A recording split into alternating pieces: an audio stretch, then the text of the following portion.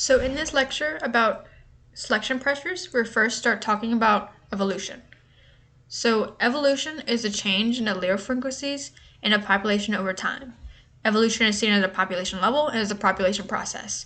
Mechanisms behind evolution is the why. So the four mechanisms is natural selection, gene fail, mutation, and genetic drift. And again, these mechanisms are acted on the individuals, and the changes are seen at a population level. So natural selection is a non-random mechanism of evolution where individuals with adaptive traits pass on their genes more than individuals lacking those traits. Adaptive traits are inherited characteristics that enable an individual to function well in a particular environment. Individuals with adaptive traits have greater reproductive fitness and pass those traits on to the offspring. As you can see here in this diagram, the crows like the green beetles, which means they have low fitness. So the brown beetles live longer and reproduce more often, creating more offspring, which means as the generations go by and by, more and more individuals become brown beetles until they're all brown beetles.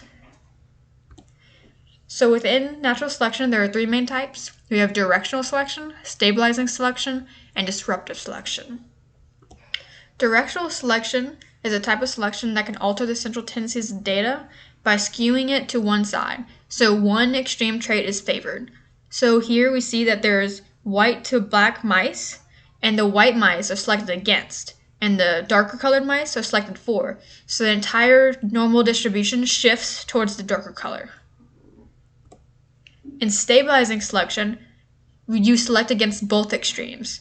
So with the light colored, dark colored mouse, the middle color mouse is selected for, and the light color and dark color are both selected against.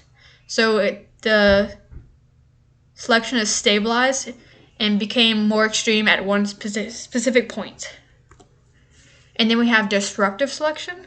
So with the light to dark mice, they choose the light mice and the dark mice, but not the medium mice. And they select against the mean.